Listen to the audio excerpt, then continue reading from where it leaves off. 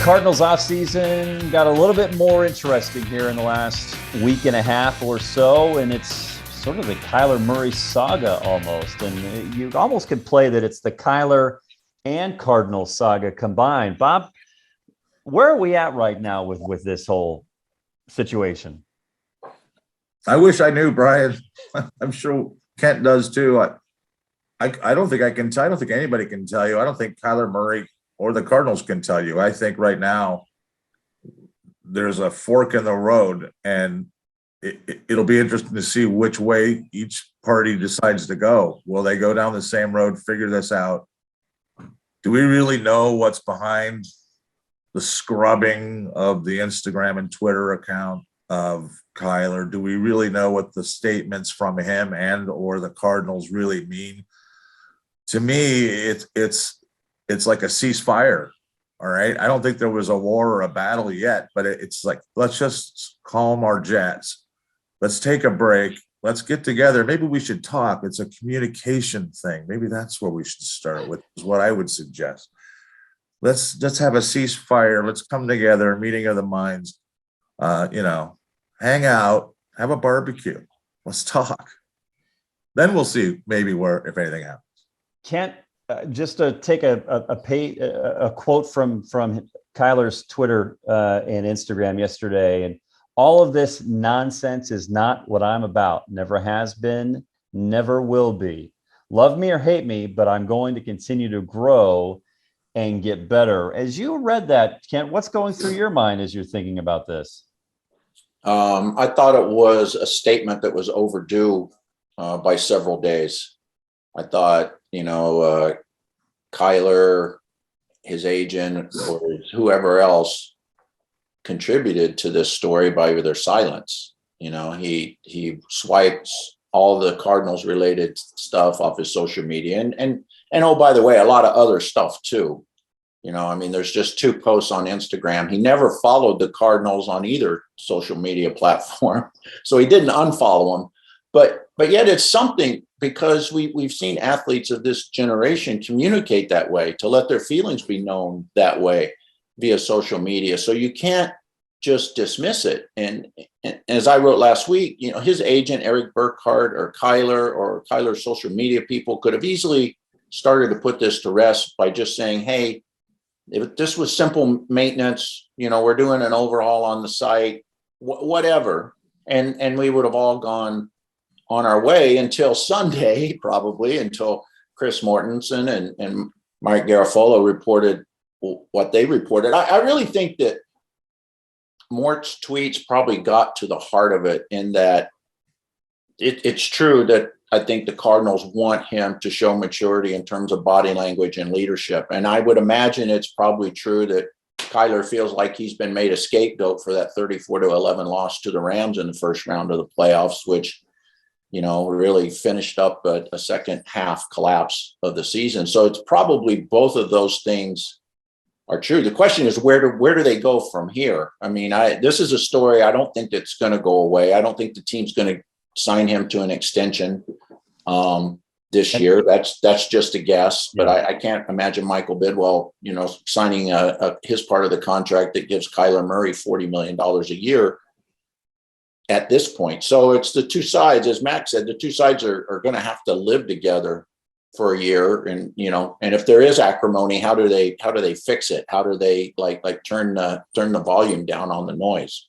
And Bob, that's really what the crux of this, as far as fans and organization and Kyler are concerned with, is the contract situation. Is he's eligible to what, have his, to be bought out of his rookie, deal, right? And to go forward. Really, it's about, and what Ked's getting to is, he's entering his 4th year. The Cardinals have until May 2nd to exercise his 5th year option, which means they can still negotiate a long-term deal any time between now and the end of that 5th year deal, assuming they exercise that option, and they will. It happened in Cleveland with Baker Mayfield, who still hasn't gotten his extension yet, and he's a year ahead of Kyler. So that's probably where this could be headed. But if they have a meeting of the minds, and Kyler agrees, I need to step it up, or and then maybe they'll say, well, let's watch you for the first 3 or 4 months of the season or the first month and a half. I don't know. I think Kent's right. I don't think he's going to get the big extension this year because of a lot of things, not just body language. But let me move on to another point I think is pretty poignant, that Kyler can't have it both ways. You can feel you're scapegoated, but if you're a franchise quarterback, that comes with a damn job. All right. And I love the kid personally. Does he irritate some people? Apparently he does. Apparently, he might be a little, when you're that good, you got to have a little ego about you. Maybe you are self-centered. I think Tom Brady's a little self-centered, but he's just a winner. If Kyler wins, we're not having this conversation. If they win the playoff game, this isn't happening. And I'm not saying that can't happen. I think it could, but if he's going to put himself in that high chair, meaning I'm the best, it's easy to use his quote, like this is all easy to me, then show it and shut up, or take the heat when it comes and listen to your coaches. And as for rumors about him calling his girlfriend at halftime or putting the earbuds in and tuning people out, nonsense. That's not true. There's no way any coach worth his salt at any level of football would let that crap happen. So it's complicated, Brian. That's why we're here to try and pretend we know what's going on. I think we don't. Kent, from the Cardinals' perspective and looking at the league as a whole, this is an interesting situation from the standpoint of they've got Kingsbury. A lot of teams are looking for quarterbacks. And granted, I think they probably should just wait and see what happens in the fourth year, but maybe Kyler's forcing their hand in this. But this puts the Cardinals in an interesting, if not awkward, situation, doesn't it? It does, but they're not trading him. That's not going to happen. It's not very often you get the first overall pick in the draft. And I honestly think that, their statement, and Michael Bidwell told me yesterday that at the Super Bowl press conference briefly, we still believe in Kyler Murray. He's improved every year. And, another thing, Kyler's not going to go play baseball, not this year. I think, to me, what it comes down to, and Kyler's a hard guy to get to know. I mean, he was raised and they kept a tight inner circle. And not to say they were distrustful of outsiders, but he's not a guy who's going to give you a lot of himself and let you in his head or his heart. So he's hard to know. But here's what I think. I think he's been a very big deal since a very young age. Since 6 or 8 years old, he's been a huge deal in Texas.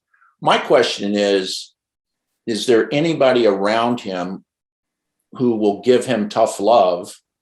And will Kyler listen to it if they do? And by anybody around him, I mean, can General Manager Steve Keim talk to him? Can Cliff Kingsbury talk to him and be critical of him and tell him, these are the things we want to see you improve on? And I don't doubt for a minute that they've told him, look, your body language needs to improve. We want to see you develop as a leader, and we think you can. You're only 24 years old, but these are the next steps we want you to take. And if they've said that, how does Kyler take it? Does he get offended? Does he get up in arms? Does he say, I'm a leader, etc.? Or does he say, after some contemplation, yeah, those are things I need to work on. I actually thought in training camp and the first part of the season, you could see him a little bit better, I thought, with his teammates and even with the media. Not that that's a big deal, but he was a little more outgoing, and you saw more interaction during games on the sidelines, I think, than you saw the previous 2 years. So we'll see. To me, it comes down to that. Can the Cardinals make constructive criticism, and can Kyler Murray take it to heart in the way maybe the Cardinals intended and improve? Bob, last word as far as what you're thinking right now, advancing this. It makes me wonder why this whole mess got started, and if Cardinals, I don't know if teammates are getting on the phone and calling Chris Mortensen. All right. I just don't see that happening. I don't think Mortensen's calling players. I don't think Mike Garofalo's calling teammates, but whoever it is that the sources are, I don't really question the motives. I just want to know why did they feel the need to do that? Kent, jump in and help me on this, because is it because they've had that conversation with Kyler and he's been reluctant or resistant to listen to what they're asked of him?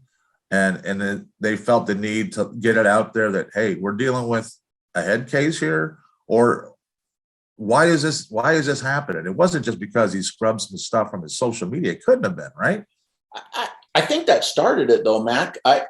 If he doesn't do that, is he even a story at the Super Bowl? But I mean, do you leak bad? I mean, do you leak? No. Here's and it's always probably like dirty laundry though. Probably shouldn't guess what other reporters do, but I think Kyler's people started it with the social media thing, and yeah, maybe that was all blown out of proportion. But like I said earlier, his silence it didn't help advance the story. So no doubt. So the national guys and us, every reporter on the beat starts calling people, hey, what's up with Kyler? What's up with Kyler? And maybe it's not players, maybe it's agents, maybe it's coaches, maybe it's, front office people, maybe it's owners. I don't know. But those are two well-respected reporters, and they're not just no doubt going with stuff. So I think there probably is some truth to what they reported, that the team wants Kyler to improve in these areas. And there's probably some truth that Kyler feels like, hey, I did improve, and it wasn't just me. Did anybody watch those games at the end? That's something he would say. It wasn't just bad quarterbacking that cost, that led us to lose 34-11. I mean, contributed mightily for sure. Sure did. Yeah. Well, I think it all boils down to, Bob, what you sort of said is this communication and communication together with Kyler and the Cardinals, and not necessarily having it out in the public forum as it is, which is so obviously interesting as the season has ended. And now we move forward to, the off season. And now this has become really, really interesting. And of course, we'll be covering it all right here at azcentral.com.